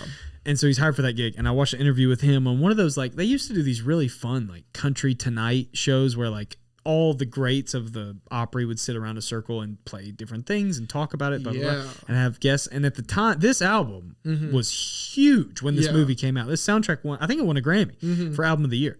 Like, huge soundtrack, and it's fucking great. But I was watching an episode of this one time, I think like in a hotel room, you know how they have like 90s TV on sometimes? Right, yeah. And I flipped over and it was Dan Tyminski on the thing. And I was like, that's kind of cool. Let me watch. And he told this story, dude, that fucked me up. He said that they were asking him about the movie and doing that. And did he, what was his interactions with George Clooney? And he was like, well, I didn't see him a lot because I was doing the sound booth, right? And he was on screen or whatever. And he's like, he goes, but I called my wife after I left the meeting when they told me I got this part to do the voice. Yeah. And I called her and I said, honey, you're not going to believe this. I'm going to be George Clooney in this movie. And she was like, I don't understand. What do you mean? And he was like, well, it's going to be George Clooney's face, but with my voice coming out. And his wife said, that's my fantasy. And he told that story on this like Country Tonight Tough program. to blame her. Dude, all these old white dudes from the Opry were howling, laughing. I mean, he crushed. Yeah. He crushed. And then he went on to play solo, A Man of Constant Sorrow, and rip on the guitar all by himself. It's so good. And He's it's awesome. It's not like that hard of a song to play, but it's a little bit more than I want to put the effort into. He's still kicking too. He's still touring. Yeah, I think he's like probably doing fairgrounds and shit. That's kind of the level he's at too. Yeah. I feel like at a point though, that's like probably where those guys want to go. They're like, I've toured and all that. Yeah, it's good money. Doing the fun stuff. Yeah. Yeah, it's not that version. It's not that. I don't think I know it's the one on you're the talking album. about. It's where the kids are walking. Scroll like all the way down. His kids are walking in the movie. Or look up "I'll Fly Away." It should come up. Yeah. This again. Who the hell is gonna listen or enjoy this? "I'll Fly Away" and just type "sisters." Check that out. Because this episode's been Kasoi. truly all over the map. Yes, that album. Kasoi Sisters. That album rips. and it's hard to find. Interesting. Yeah. Yeah. Never seen it. A lot of people know In the Pines I'll because watch Nirvana for it. did that live version of Right. it. There, Which I don't care for. uh, Also, the Carter family cut that record at one point too, so it would shock me if these gals were the original. I'd say the Carters probably. oh, I don't think it's the original I'll Fly Away. That song's oldest. Oh, In the Pines. In the Pines. I don't know. I'm pretty sure that's a Maybelle Carter song. But their version is so haunting because they sing in like a super close harmony. Right. But it's just Well, they're a little bit nuts. haunting in the movie too, and they're Yeah. singing and It's nuts. It's Great- such a good album. I don't great think movie. there's any other thing like that. But So it's interesting you bring this up because when I had Dustin Aaron on my first episode, go check out his if you have not. He's wonderful. Love Dustin, and he's a music guy, but he's one of the few people that I can have a music conversation with and really learn a lot. Like he's way off on a different planet. I don't. You know there's what I mean? so much stuff that I don't know. I don't know band name, like band member names. Michael Mullen is another one too. Yeah. He's got a real eclectic. He's into noise music. He's in a noise band, whatever that is. like Stomp. Beats the Where they shit beat out on of me. trash cans Honestly, and I stuff. just kind of You know, said, you guys know cool. Stomp. You know Stomp audience. No, it's very like niche subgenre thing. Yeah. But so is Dustin. And Dustin brought up this, I think maybe on the episode or after, he brought up this album, and I think it's 1969. And I didn't realize that I was aware of it, but at the time I was like, I don't know, I've never heard this. And he sent me a link. I went to listen. And I know it because the title track of it is sampled in a Kanye West song. A very popular one. I think it's Power by Kanye West. Are you familiar with that song from My Dark Twisted Fantasy? Right. The whole 21st century. Oh, Ozzy? That's not Ozzy. It's not Ozzy. It's not. I thought the same thing. It's not. It's this other guy from this album, and it's from 1969, and it sounds so weird for that time period. That's kind of what made me think of it. That one, King Crimson right there? Yes, King Crimson. That's it. 21st Century Schizoid Man. That's it. Whoa. I've seen that album cover. Crazy cover. Yeah. It is sounds that you would not expect from that year. You know what I mean? Yeah. Like it's just super weird, and that's something Dustin brought up too. Yeah. I found a country song that will lay you out. Actually. Is that right? Yeah, I don't know when In what way? It's strange. It's like, it's just like a kind of a country funk song. It is country funk. It's not a country funk album is how I found it. A compilation album. Okay. There's maybe 3 volumes that a specific company, I think they're called Light in the Attic, put on. Some guy told me Isn't that a Shel Silverstein book, Light in the Attic? I don't know, man. Now we're getting into books. Well, he's like a satirist. You didn't read that as a kid? My school made me read that, but he's I don't think so. Shel rules, dude. We can even go into that. But it's like, it sounds old. I don't know when it came out. It's the only song that the couple has on Spotify, but it's called I'm Gonna Let You Have It, I think. How old is this song again? It sounds, I don't know how old it is, but it sounds old. Light in the Attic Records. You never seen that book cover? I ain't never seen that creepy little kid. Dude, What the it's hell so are you talking scary. about? So that's Shel They made you read Silverstein. that in school? Yeah, that's Shel Silverstein. He's like a poet, satirist. We were a Magic Treehouse school. Well, I read that too. He was real tight with Bob Dylan and Johnny Cash, and he was sick. involved. He wrote A Boy Named Sue. Oh, I watched a TikTok or something about that, so I'm basically all caught up. I guarantee you that clip you saw is from that country music documentary. It might, because they there's a interview scene in the there. lady. I bet she's talking about it. It might be, yeah. Yeah. Yeah, that's him, But dude. Light in the Attic Records weird-looking is, guy. he is a weird-looking guy. And he wrote Where the Sidewalk Ends. That was in the Bingo video. Yeah. I didn't read that book either. Anyways, I think I did that. it's called, I'm going to let you have it. It's country funk. It's like Country funk. country funk rules. It has like phaser sounds, like Star Wars gun sounds. Mm-hmm. It's whatever year it came out, doesn't matter. It's nuts. I got another eclectic record downstairs I got to show you too. I played this for Pruitt and he lost his mind. It's tough to find allegedly. It's like anytime you look up like rare records, blah, blah, blah, it's always on the list. I found it and the guy had no idea what the fuck it was. And I was like, I don't care. I think he gave it to me for like $2. It's called Star Wars and Other Galactic Funk.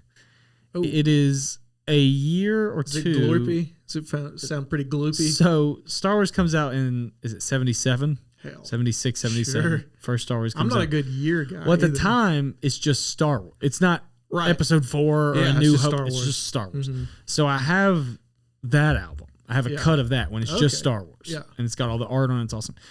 But what I also have is Star Wars and Other Galactic Funk, which was produced by a company that had no rights to the Star Wars music, Very to the funny. Lucas. But LucasArts didn't have any money to sue at the time. But if that came out in 77, then about 78, 79, when the disco craze takes off, they come out with Star Wars and Other Galactic Funk. It's the whole soundtrack of the first Star Wars movie, disco-fied. And it is god-awful. It's so bad, it is fantastic. Incredible. So many laser sounds. Yeah. I love hearing some lasers. I mean, it's like disco. It's full disco, yeah. It's a interesting thing. It's like remixes before remixes. 100%. Also, the fact that company had like no right to do that, and the cover. I wish maybe I'll plug it. I'll plug it on screen in the episode because I want you to. Plug it on screen, I want you to live react to this. Oh, this is one of the coolest covers of all time because it's just crazy. I mean, that in your searches popped up already clicked with Star Wars Ceremony. Oh, there's a reason for that too. It was a purple I think on link. this show. There's the album cover. Let's take a sneak peek at this guy. Yeah, that looks good. This is, I mean, how funky is that album cover? That you rules. Twerked on in a spacesuit. That rules. That's tough. And Other Galactic Funk. There it is, dude. Funk. I like the colors. Yeah, very bright album cover. Yeah. Anyways, that's enough about the obscure bullshit. Also, I do want to say, as we maybe wrap this up because we may have already lost the camera. Yeah. Anybody who listened, thank you so much. If you're here. For sticking around. To Thank Casey's you so 2 much. fans, I want to say thank you very much. Whoa. I hope that you will listen to some other episodes with a more coherent interview and more on-task discussion. Something that wasn't recorded off a caffeine high at midnight. I think we wound up where we were supposed to go. I agree. I think that much like my relationship with Casey, this podcast has been an adventure. Yeah. Much like Casey as a human, this podcast has been a train wreck. I have a wonderful spirit. You do have a wonderful spirit. I think that this episode has a wonderful spirit. This episode. Much like Casey, I think that the intention was there for this episode. I think the intention of what? I think the intention was there. The delivery was perhaps not executed. Lackluster. The delivery is a little bit cluttered, but he is a sweetheart, and I don't say that in the form of people who take advantage of me, but I love them regardless. You are yet to do that, so I actually do mean it. I'm playing the long game. That's true. You're gonna really ruin me. I'm gonna take you for everything you're gonna ruin me. I'm gonna kill you. You're gonna steal that fake tree. You're gonna be so heartbroken over me. Yeah, I would be. If you disappeared on pillow, it would hurt. Thank you for listening. Thank you for tuning in. Again, I hope you'll check out some other episodes. Each episode is so different. Maybe none more than this one, but you know, we might do structured episodes. It's a reflection. If you deserve it. I'm not sure that we're capable. I'll be honest. Probably not. I don't think we're capable because this is the exact same outcome when you're on Talking. We started so many things that would have been a good episode had we just done that. Yeah, it's too late. Right. This is basically an hour and a half of premises with no punchlines. That's what this was. We're just too excited. I just get too excited. I give my love to you, girl. Will you give love in return? No. If this is just you'll just get the fire for as long as it will burn. God damn. There's so much. We should just Now we really could do a whole pod on just classic country. Let's launch it tonight.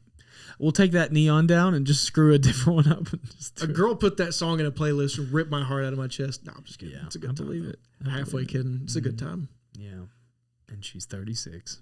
No, different girl. Oh. One of them's 36. I've talked to multiple women in the past.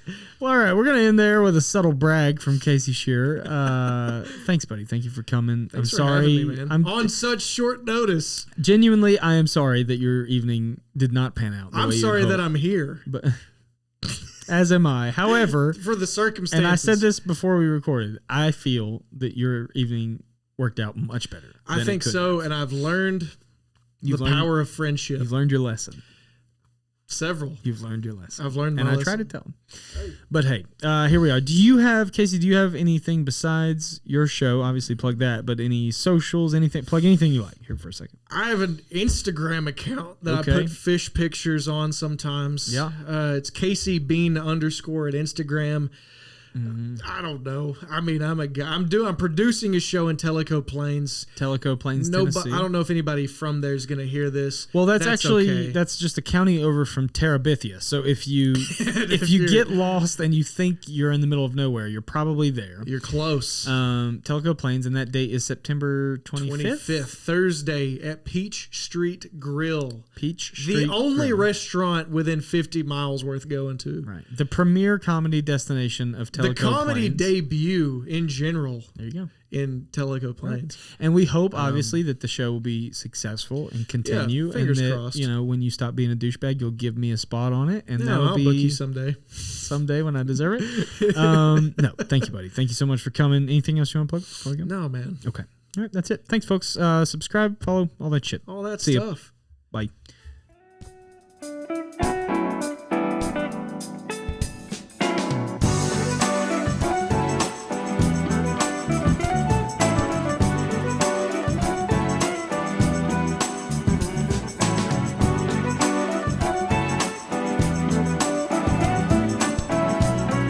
Mm-hmm.